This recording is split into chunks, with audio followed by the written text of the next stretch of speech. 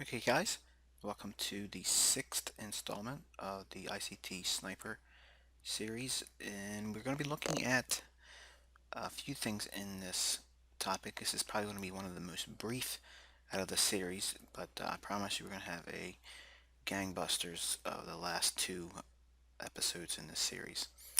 This one's kind of important because it really focuses on the risk aspect of trading and the element of reducing risk and controlling risk. While we essentially can't remove entirely every aspect of the risk, we can do our best to try to control it as best we can and or mitigate the effects of risk over a period of time. In this episode, we're going to obviously look at a review of the previous episode's assignment, projecting swing targets.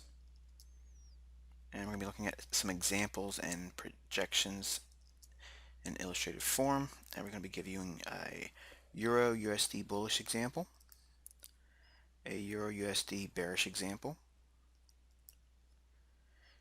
controlling risk, and effective stop loss placement. Okay, we're going to be looking at the concept of limiting your trading to a defined risk percent of equity. What is the industry standard? What is ideal for most speculators? And when you're hot, how high is high? And we're going to be looking at stop loss concepts and how many pips per risk per trade. I get this a lot in email. And how to remove risk in open positions, trailing your stop loss, and watching your six. Okay, we're going to be looking at risk reduction versus bailout. And we'll have another homework assignment. We're going to be studying the average number of pips intraday.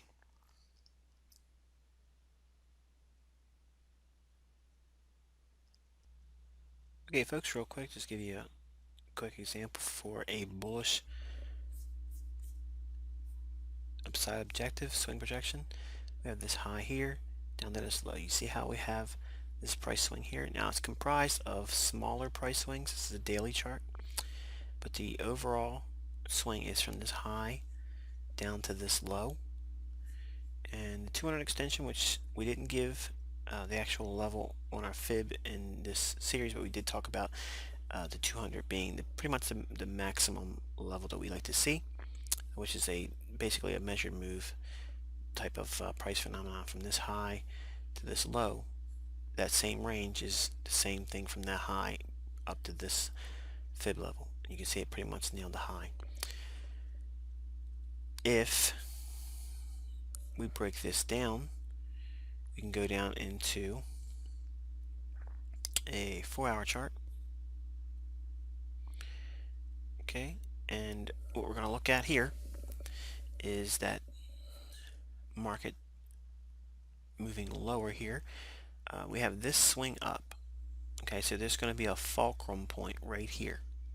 Okay, and what I'm going to do is I'm going to give you the fib projection right here and the 200 levels down here. Now we did wick through it a couple times, getting a small little reaction in here now, but this is the overall price swing, and it broke down here is the 127 easily reached, 162 easily reached, and then went down below these market structure lows over here. Okay, so you can see the complete fruition of the market maker sell model here. We have the consolidation, the break out of it, the first little pause in here, then rally up, failure swing, and then subsequent optimal trade entries, which we called this in advance right here on Twitter, and slammed it down. Okay, we were calling in advance this level here and this level in here as well. You can find that on Twitter. Again, it's all time and date stamped. Now you could take this even further and go down to a 15-minute time frame. Okay, and just simply looking at the 5th of November, you can see that we have this swing here, when it breaks this low here, okay, it's going to be a fulcrum point right there. So anything moving down in price will most likely be a fib level for downside objectives.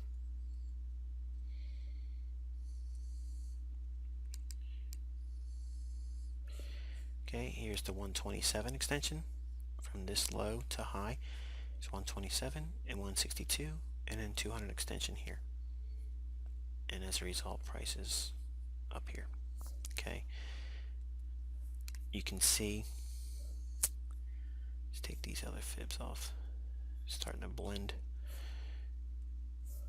While price is moving lower, you can see this rally up.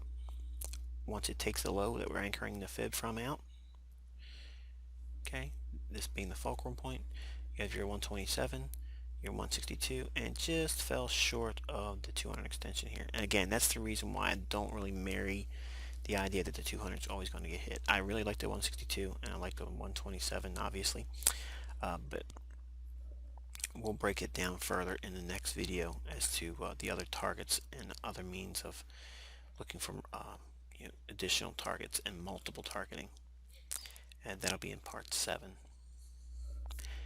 And I know we've been dealing, or at least attempting to move exclusively with the Euro USD pair for this teaching series, but just for the sake of argument, let's take a look at 2 other pairs. We'll look at the Canadian dollar. Okay, here's the Canadian dollar, and let's go down to a hourly chart. Okay, and let's zoom out just a little bit. All right, we have the market trading lower into a level of support, which I'm not going to outline here, but if you go out to your higher time frames, you can find the order block where this reacted to. But if you use this high here, market structure shifts right there. So this becomes a fulcrum point right there. Trades up, comes right back down, finds support at that same level. If you pull a fib from that point down to the lowest low, okay, you have your 127 easily reached, 162 easily reached, and then 200 very easily reached. Okay, if you take your fib level, okay, here's the 50% level, or fulcrum, or equilibrium. Okay, and you can see the 100 level here, which is basically what you're getting with a 200% fib level. Okay, but I'm trying to teach you everything is based on like a 50% basis. Okay, so there's like a 50% rule. If it moves down this many pips, once it breaks that high, it should at least try to move that same number of pips up. Okay, and when it does that, we have what is referred to as market symmetry, and trading patterns and setups become very, very clean and very high probability when that occurs. Okay, since we've taken out this this high rather here, okay, one could do this on the high down to this low. You have 127 up here and your 162 up here, which incidentally is an old high back here. If you zoom out, you can see that is the case over here. And again, that's assuming we do have traction and continue to move higher. The next pair we're going to look at is the British Pound USD.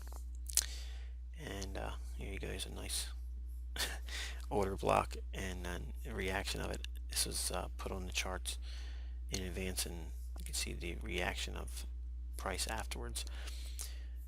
But we're going to look at taking this fib off, and we'll take the rectangle off because zoom out a little bit.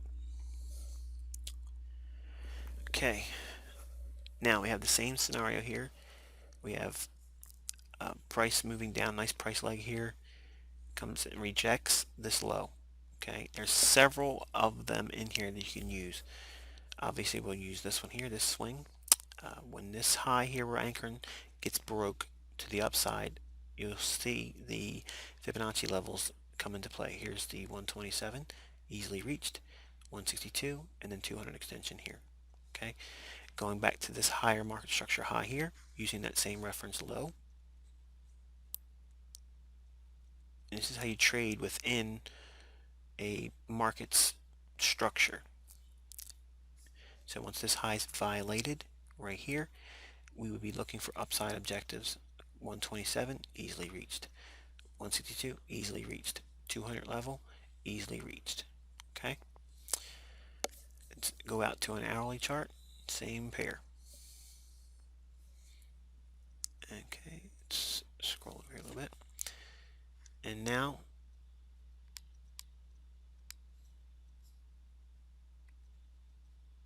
as soon as I can get this fib. Okay, we'll use this high here, and price just reached the 127 extension here. Any upside would be 162. And if you use this high here, all we're doing is moving out to the next successive market high. So each one of these is a price swing. You have a high down to that low. You have a high down to that same low. Okay, these are all reference points for reactions. Okay, you have 127 now here, and then you have this one here, and there's a lot of liquidity sitting right above that. These are all hourly candles, unable to make a higher high in there, and we're about to blow that out right now while I'm recording. And then the 127 resides up there. Now, with these levels in mind, okay, we're going to highlight that 162, the 127, and now what I'm going to do is I'm going to reference this larger price swing, because remember, markets are fractal. Okay, you have the high down to the lowest low. You see what resides over here? Here's the 62%, sweet spot, and 79% retracement level. There's a high probability that the cable will reach up to these levels in here.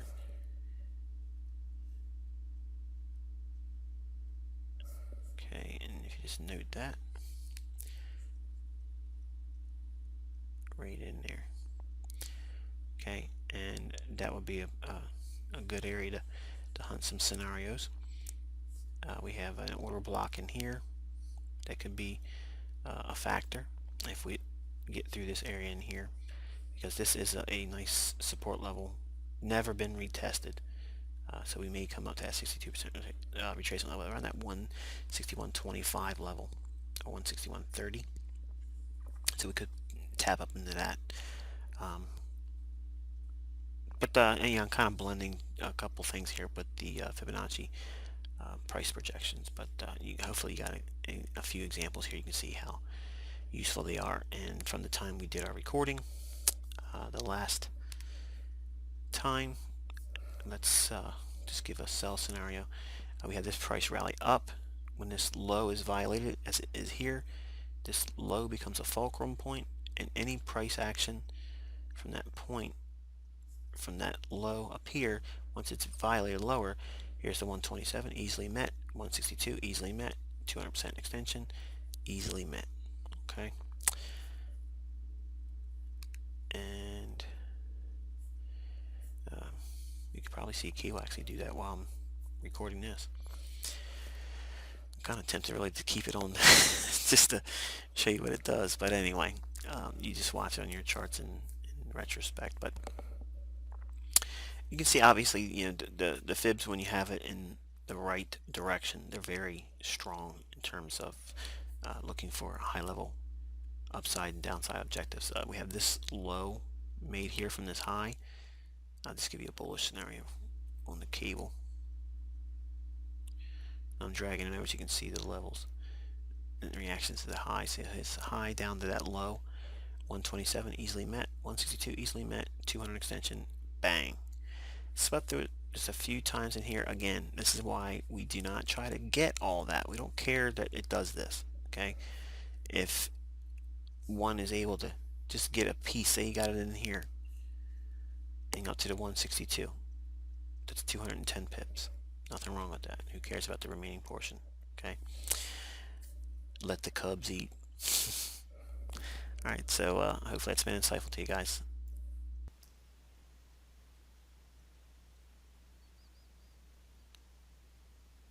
Okay, guys, we're going to be looking at how stop loss placement is utilized in your trading. We're going to be looking at how risk percentage is an important factor to your trading. But before we get into all that, we're going to be looking at how, obviously, looking at a bullish scenario here, everything we talk about in this example can be flipped 180 degrees, okay, and you'll see the opposite for selling scenarios, okay. So every rule you see here, just reverse it, and you'll get the understanding for selling short in the market and then how to control your stops and such. Okay, we're going to assume that we have a key level and or institutional order block identified on our charts. And again, we're going to be looking at a daily chart for this example. And the market has been showing in this crude example in hypothetical terms that price would be more or less trading down to our line here of anticipation. And as price starts to move aggressively down to that level, we would be hopefully, if we're not in front of our charts, we would have our platform for trading alert us to the fact that price is getting to our specific higher time frame price level.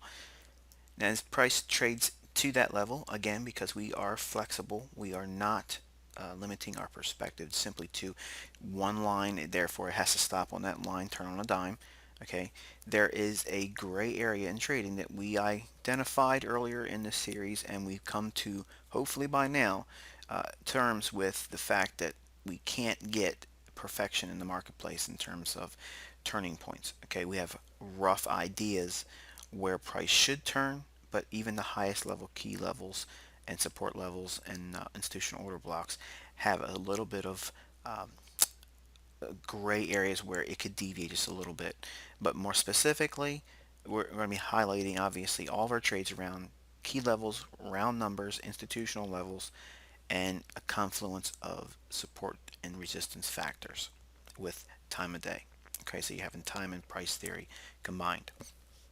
So as price goes down into this level, that's when we are on the prowl for a buy scenario. Okay, we're trying to buy during that event. We don't want to be buying after the move has already turned around and everybody sees that it's a swing low and it's moved up for 3 or 4 days. We want to be buying in a suppressed market environment. We want to be looking at bargain prices. Okay, we don't want to be buying at retail prices. We want to be buying wholesales. Okay, so assuming that we use the information we talked about earlier in this series in terms of framing a reactionary level to a trade, we're going to assume that we anticipated at that key level that the market had turned, okay, and maybe retested and gave us an optimal trade entry on a lower time frame. Now we're going to assume for this example that we were fortunate enough to catch a long position at that key level, okay, and it's not important that we have a specific price level in this example, because really what we're going to be looking at is how traders are always, in my experience, okay, even when I was an earlier developing trader, I felt the need to want to exit the trade immediately. As soon as I saw some gains, I had, this overwhelming feeling that I had to hurry up and get out and close the trade. If I was up several $100, I would, think, wow, this is good. I've taken losses and a series of losses. This feels good, and I just would rather not leave the market with another loss after seeing these gains. When you have a sound entry, many times those are the scariest trades to hold on to, okay? Because the good trades don't spend their time very long at wholesale prices. They immediately start to move to retail level pricing, okay? In other words, if you're able to catch a very low price point and you're long in the marketplace, you anticipate as a professional trader prices moving rather aggressively away from that level, okay? And that's what we talked about earlier in our series, that the more conviction that we see behind price moving away from a specific level that we hopefully predetermined in advance, that is what we would anticipate seeing in our trades once we've entered it. We don't want to see the market dragging its heels and lethargically moving around, because um, we're going to be mentioning time stops in this episode too. I'm not going to beat it to death, but I do use a time stop, and I'll explain it as we get to that point. But as the market starts to move in our favor, okay, we would be reaching for our predetermined price points like we discussed in part 5 of this series, where we looked at the fib to give the 127 and 162 extensions as possible upside objectives. Now again, those with the confluence of supporting factors with support resistance, maybe even pivot points, something like an old high or low to frame those upper level objectives, not simply because the fib calls that level. We want to be looking for other things as well. Again, factoring the time and day of week phenomenon as well. Now again, getting back to this crude example as we have here, when the market is now moving away from your entry point, okay, one of the closest things to insanity is when you have this environment, unfolding for you profitably. Okay, it's amazing how traders, and I know this firsthand. Okay, when I first began trading, I would hold a losing trade forever and forever and forever. And I'm sure you probably felt that same thing too when you're trading, because you really want to see it turn around. Hope springs eternal. Not in Forex, not in speculation, and certainly not in trading. Okay, so the market doesn't have to go back to your price point. Okay, if you look at the Dow, just look at anything from 7 months ago. It's been a while since it's been back to those levels. Okay, so if you've been waiting for the market to get back to those levels, man, you're just going to get grinded to pieces. Okay, so don't do that. Have a predetermined area where you would expect to cut your losses short. Okay, what is the industry standard for risk? Okay, you commonly hear, and I hear myself say it all the time in these videos, because I want to more or less uh, segue into the majority of everyone's expectations and analysis. But really, what I try to do is say, okay, look, everybody says 2% of your equity per trade. Okay, and if you're a really, really solid trader, there's nothing wrong with that. Okay, now, I suggest that traders should work within the realm of 1% of their equity per trade. Now, the reason for that is, assuming that you had a $10,000 trading account and you were risking 1%, how much money would be at risk per trade? $100. Against the standard 2%, which would be $200 per trade total risk. And the way you determine your pip size is you take that $200 if it's 2%, or 1% at $100 total risk of, assuming that you have a $10,000 trading account. If it's a $1,000 trading account, then it would be a $10 for 1%, or $20 for 2% total equity risk per trade. Whatever that dollar amount is percentage wise, whether it be 1% or 2%, ideally 1% or less. Okay, and I know that probably sounds like, well, wait a minute, I can't make a lot of money with that. That's right, because if you're just starting out, you need to forget about making a whole lot of money, because there's a whole lot of learning to do. So, assuming that you did have a $10,000 account, okay, and you've worked with smaller accounts, you've proven to yourself that you could be disciplined, you have a track record of being consistent, you control your risk, you limit your losses, you let your profits run, and your targets started getting hit on a more consistent basis, you have a risk of $100 per trade, which is 1% of $10,000. You take that $100 and you divide that by the total pips, okay, needed to justify your trade. Okay, and with the assumption that this is a daily chart here, it could be very easily in the realm of 100 pips or more. Okay, which would put you at very, very low uh, leverage for the trade, which really, in a way, isn't that bad. But I know a lot of you folks watching this really want to have a little bit more bang for your buck. So, using the concepts we used in the earlier videos, if you move down to a lower time frame, you can reduce your reduce your risk to less than 50 pips. Anywhere between 30, 40 is about ideal. in my opinion, because it allows the developing trader to have a little bit of a fudge factor where they're not expected to be so precise with their stops. Okay, and gives you a little bit of flexibility, because I know inherently that traders will rush the entry, or they will look for confirmation in their eyes, quote unquote confirmation, by letting the trade start to move a little bit in their favor, and then chase it, but very close to their entry price, but still within the the risk parameters that's permitted by their method or this concept. So if you had that in mind, okay, you could have basically $3.30 roughly per pip if you're trading a $10,000 account with 1% risk using a 30 pip stop. Okay.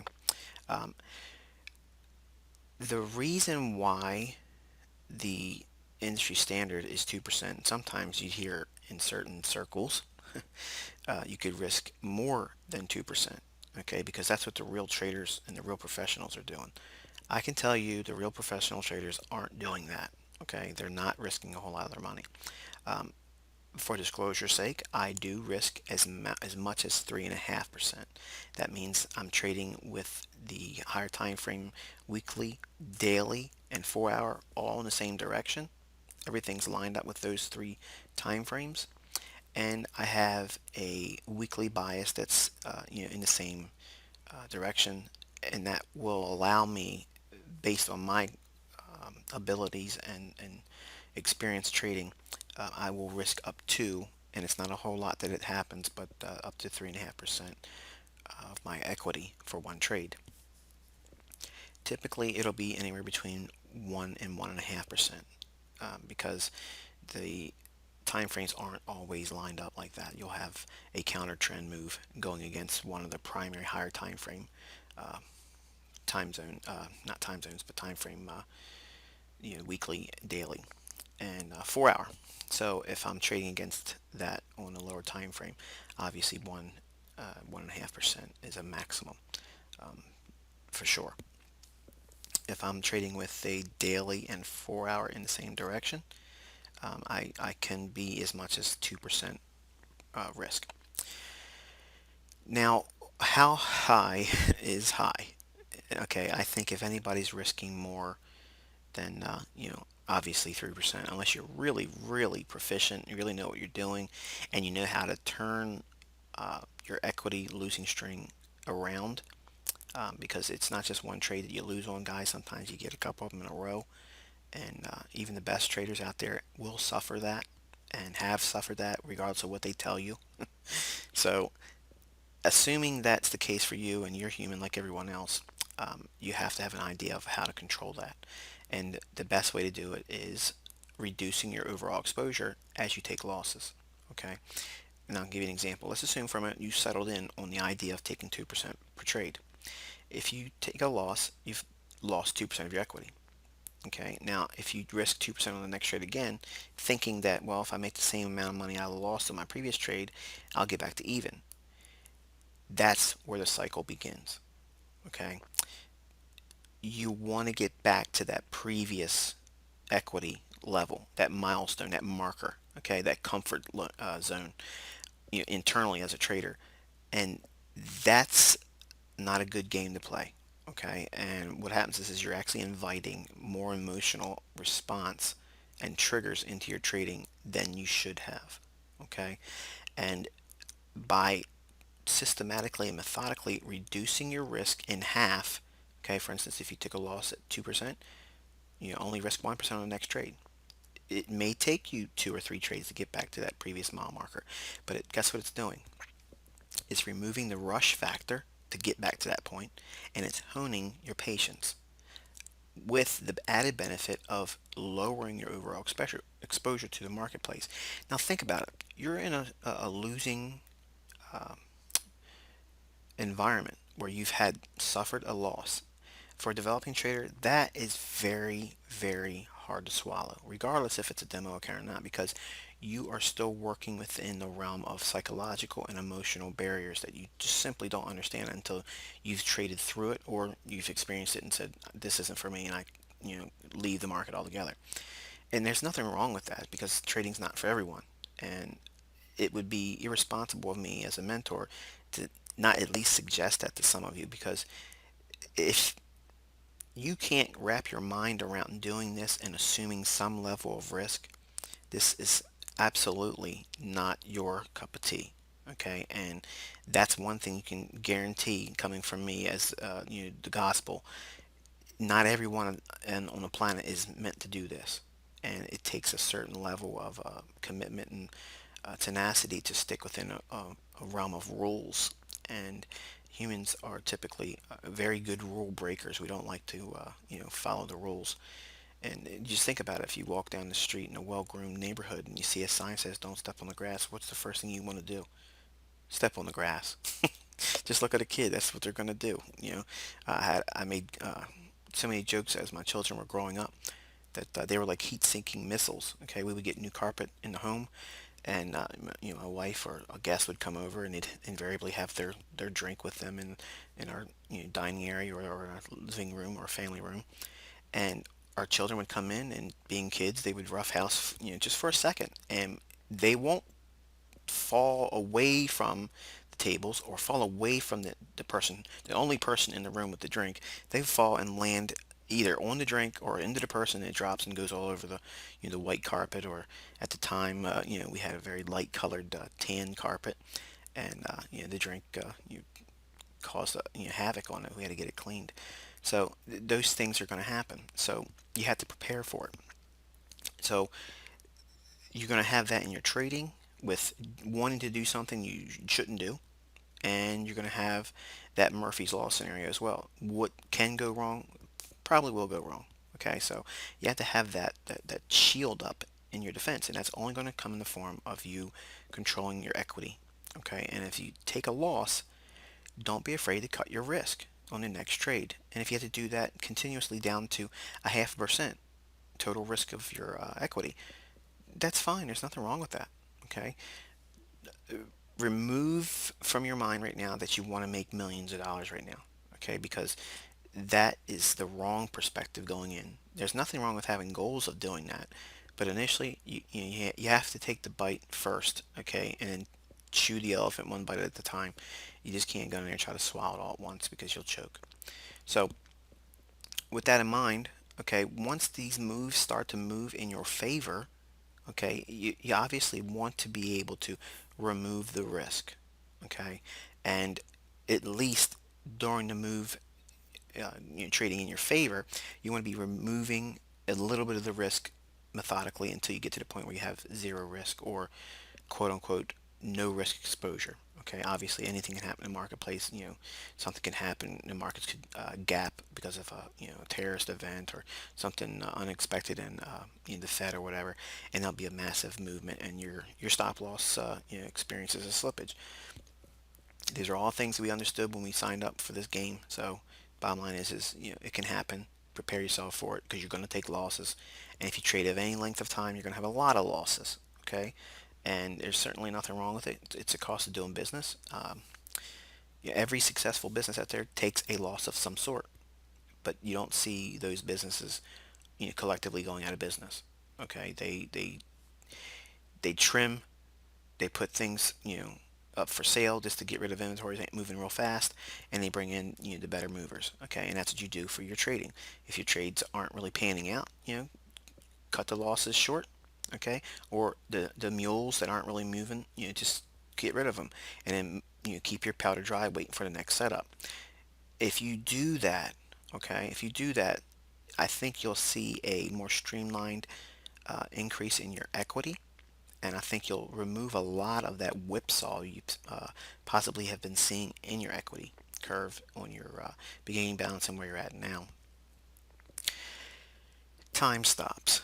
Okay, I have a premise that if the move doesn't start, if I'm trading off of a daily time frame, and it really doesn't start to move in my favor after 3 days, okay, I'm aggressively either removing the risk if possible, or I'm taking half the position off, okay, and I'm watching my six.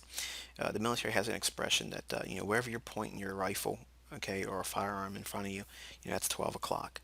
Your six is behind you, okay, or watch your ass, Okay, what you're looking at in the marketplace when you see a trade that isn't moving in your favor right away, and I think 3 days is enough time. If it's still consolidating or still hem hauling around, not really moving, I'm looking to either take half the position off and move my remaining position to either a break even, or aggressively take it to half the initial risk or even a quarter of the initial risk. Okay, so I may like the overall setup that still might be there, but it could be iffy. Just watch your six, take your position and cut it in half. Remove aggressively half the initial risk if possible, or at least reduce it down to a quarter of the initial risk on the remaining half positions you leave on. Or simply bail out, just collapse the trade. Okay, and if you're underwater just by a few pips, so what? If you're risking 30 and you're down 19, and you just see that it's really not moving, and you're going into a Friday perhaps, that's the worst scenario for me. I will collapse it and just take whatever that is as a modest loss. You didn't get stopped out. No, you didn't get any of your targets, but you're getting rid of the dog, or you know, getting rid of the slow moving inventory, and you want to get another, hopefully more opportune setup with your equity behind it, so that way you can recoup that. And if you do that, systematically, I find that all of those little tiny scratches immediately get smoothed out quickly with moving my equity into a better, more sound setup. So time stops is something that to me, I think is beneficial. There's a little bit of an art to it, but I break it down like this: if it's going to be a trade that's based off of a daily setup, I give it about 3 days. And if I'm trading off of a 4 hour, I'm really giving it about 1 day. And a 1 hour chart is, I'm giving it 2 sessions tops. Okay, ideally either the London or New York session. If it hasn't moved by then, and it's on an hourly basis, I'm really looking to reduce the risk and or collapse it. And anything less than that, I really don't have a time stop for on outside of the intraday time frames of London to London close, London open to London close rather. So assuming obviously that we have our scenario that unfolded here hypothetically, and we suggesting that we bought long in this market, whatever that market may be, we'll just say this is the euro, and the market starts to move in our favor. So we have some paper profits right now. Our stops are still at an initial 30%. I'm sorry, 30 pips, and we have not yet made our first profit objective. So what do we do? Well, you want to be systematically reducing your risk. If you started with a 30 pip stop, move it down to only 20 pips. And as the market moves and takes out your first target, take your stop loss and move it to only 10% risk. Okay? And as it moves and starts approaching your second target, that's when you go to break even. Okay? You do not rush your stop trailing. Okay, this is one of the biggest mistakes traders make. Because of the natural volatility in the Forex market, it's so easy for just common volatility, nothing behind it, no market maker sneaking to get you.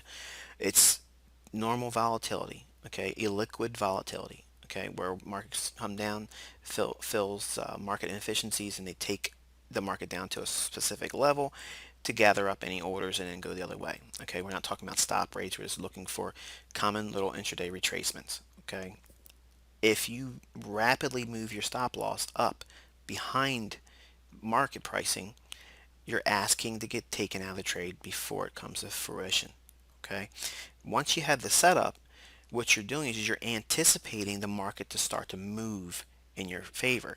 But this is a gray area because you don't know for sure it's going to do that.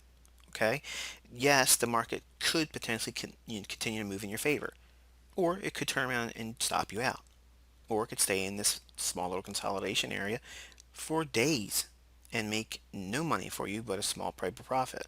But you'll hold on to it thinking it's going to go to the moon. I know you, because everybody's the same way when they're developing. We all think the market's going to go like a rocket, either up or crash down, okay, to the ground like a meteor just plummeting to the earth. They don't move in straight lines, guys. Okay, so while we would anticipate, okay, higher prices, and we expect that, hopefully, Okay, hopefully that we see that. Again, keeping in mind that's a gray area. We're expecting those price levels to be reached on the upper side, but they're not promised. Okay, so inside of that gray area of anticipation, we have an expected outcome in price action, but we can effectively manage our stops within that move. Okay, and there's a way that I do it, but once you have your setup, the way I manage my stop losses is I use a 15-minute time frame. Okay, and the 15-minute, because this setup in this whole series has been really developed on finding one solid weekly setup where you can take a really good setup for a weekly opportunity to make a consistent realm of pips, anywhere between 30 to 60 pips. I think is an ideal scenario for someone to try to carve out a consistent living. And if you are consistently doing that, there's certainly no reason why you can't take a very handsome living out of this marketplace and not trade a whole lot of pairs either. So why do I use the 15-minute time frame? Well, there is very clear discernible dealing ranges and support and resistance levels, okay, that are clearly discernible on that time frame, and it allows you to look at a whole weekly perspective from Sunday to Friday's close. Perfect example, pick any pair of your choosing. Load up a 15-minute chart, condense your chart so it shows Sunday to Friday's close, and you'll see how that time frame gives you all of the session highs and lows. It even gives you a very clear snapshot of all of the volatility for those particular sessions: London, New York, Asia. And you can actually see where the range highs and lows are very clearly. And then you can see the small little quiet points in the marketplace in between those sessions. Also, the notion of finding the weekly high by Tuesday or no later than Wednesday's London Open, having that in mind, okay, expecting a specific outcome based on a higher time frame directional premise, with that assumption here being bullish, we would be looking for the Monday, Tuesday, or Wednesday London Open session low, making it for the weekly low by that time. Okay, in other words, by Wednesday's London Open at the very latest. Typically, you get about a 70% likelihood that the low is usually formed by Tuesday's London Open. Just reverse that obviously for bearish conditions, but you know, the way I manage my stops, once they've moved to break even, I use a 15-minute time frame, and I find the most recent swing low on a 15-minute basis. I note that one, and then I go back to the previous swing low prior to that one. That swing low is where I take my stop, and I just place it just on, in bullish environments, just beneath it by 10 to 15 pips. Okay, 10 to 15 pips below the second most recent swing low on a 15-minute time frame. And I trail the market like that. I'm giving my market a little bit of opportunity, okay, to retrace, but not come all the way back down. If it comes back down that far, I'm accepting the fact that the move is probably done. I missed the ideal opportunity to get out, or the market's reversed and my analysis was wrong. And there's certainly nothing wrong with admitting that. But by using the previous two swing lows, okay, what it's doing is it's allowing successive 79% retracement levels. Okay, and when we look at an examples, you'll see what I mean by that. But it builds in a allowance for market structure to continue to make higher highs and higher lows. Okay, plus it keeps it away from just pure static volatility coming down and tagging you. Okay, that's the reason why you want to be taking some profits. Okay, initially. Okay, it may be 20 pips, it may be 30 pips. You may be getting one for one and then let the remaining portion of your trade unwind. Okay, and then reach for higher objectives. There's nothing wrong with that. But there's going to be a camp out there that listens to this and says, well, you're risking 30 pips, but then when you cut the position in half at 20 or 30 pips, you're really not making, any headway with doing that. Well, I beg to differ. Okay, if you have consistency on your side, you are shielding yourself from the inevitable market turnaround while you're in the trade where it does have a small profit. Okay, and there's nothing guaranteeing it's going to even get to your first target objective or second or move in your favor at all. Okay, that camp that believes that taking some partial profits has a fixation to thinking that they're always going to be right. So therefore, their trade should hold on to the maximum lots that were assumed at the beginning of the trade for the full duration of the trade, with the expectation of making maximum profit. My goal as a professional trader, and it should be yours as well, your goal is to have the maximum protection from losing your money, because the likelihood of you doing that is almost guaranteed versus the likelihood of you making money consistently. Okay? Think about that for a moment. If you didn't listen to it closely, rewind this video for a couple minutes, and then go back and listen to that part again, because it is worth its weight in gold. It's so easy for us to think that we're going to make more money if we hold more, reach for higher price objectives or lower price objectives if we're short. There's no guarantee it's getting there. No guarantee. And there's been so many times where I've been so close to the actual highs and lows of the particular market I was trading. Okay, and I'm talking weekly highs where the market turned around and then went months the other direction. Okay, I have been so close where I've just been a partial, I mean a piece of a pip, not even a full pip, and I didn't get my exit. Okay, and to me, I hate that feeling. A lot of folks would say, "Man, that's cool. That's crazy accuracy." Yeah, but I didn't get out of that point. So how accurate is it? It just because I said it was going to go there, or I had an order to get out, and it only trades a half a pip to that point, and it doesn't activate, the order. That doesn't make me smart. It doesn't make me an excellent trader. It makes me a person that missed that move. Okay, I didn't get my trade off like I wanted to. And initially, as a commodity trader, I would make that mistake, and it would it would get close to my orders. And I'm saying this when I started getting consistent, not when I first started, because I wasn't that accurate. I didn't know anything. I was just fine, flying by the seat of my pants. The the notion of holding on to moves to get the last piece of the pie is, it's a loser's mentality. You don't want to do that. You just need a big portion of the move. And I just think like a lion.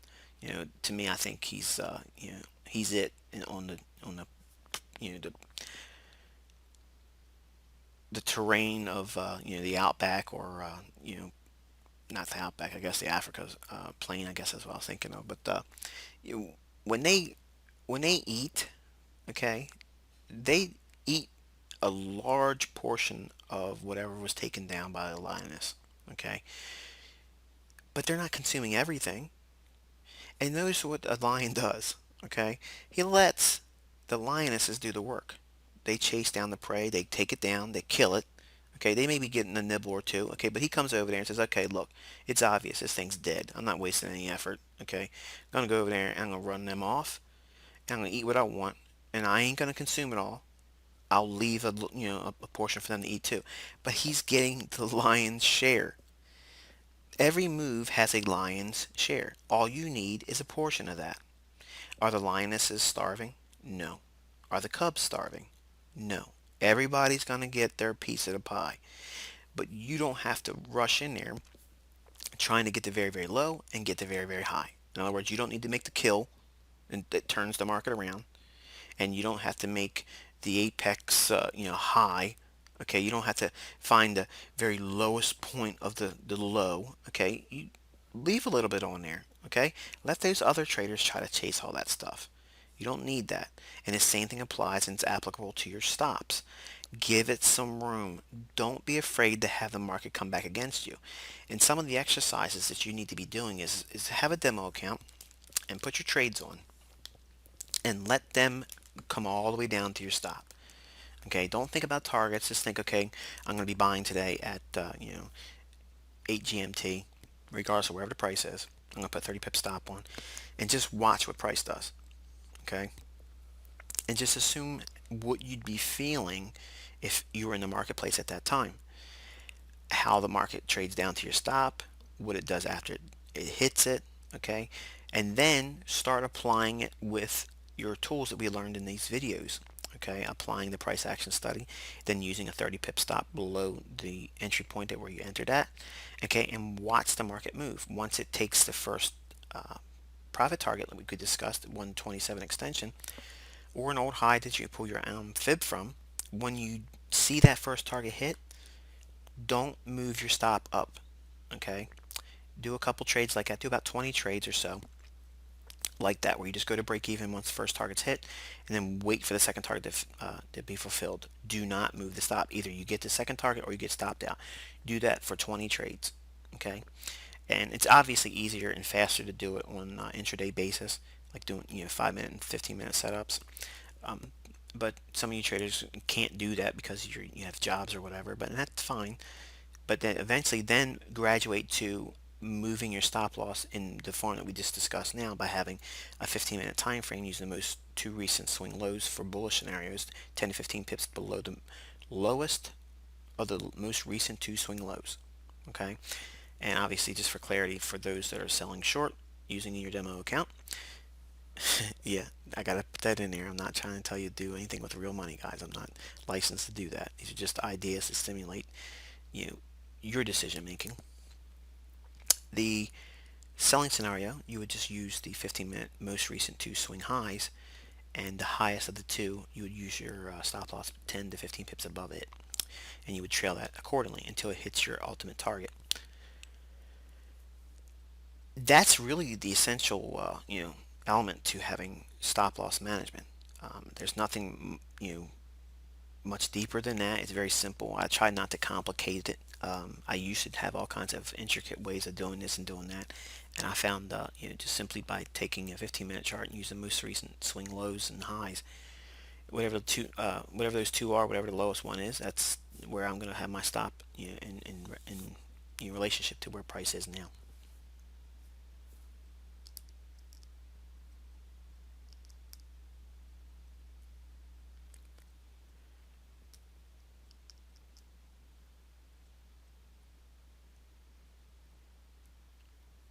Okay, guys, in episode 7, we're going to be looking at selecting multiple targets. We're going to be talking about setting limit orders at logical price levels for exits. And we're going to be talking about the ICT split gains ratio, leaving some for the just-in-case scenario, principles for multiple time frame trading. And we'll have the foundation to success that will be given to you in blueprint format in the final episode in this series, part 8. And I think you'll have a pretty good idea of what should be done from the beginning to end stages. And I'm using in a flowchart format for the part 8 series, where if a condition is X, then you go to this next condition. Once that condition is met, you go to the next. So I mean, I'm a computer programmer, and I guess anyone that has computer programming experience, would understand that it's the if-then um, you know, scenarios that you learned in computer programming. If you can't really build a mindset of trading after part 8, I'm going to readily admit that I've failed in in sharing some insight on how you could become a more consistent trader.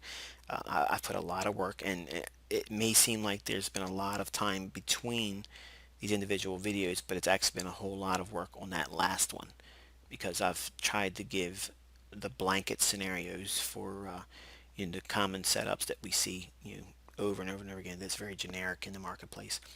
And it won't catch every single move, guys, and don't expect that of anything. But I think you'll be pleasantly surprised how many opportunities it will give you, and what to do and why.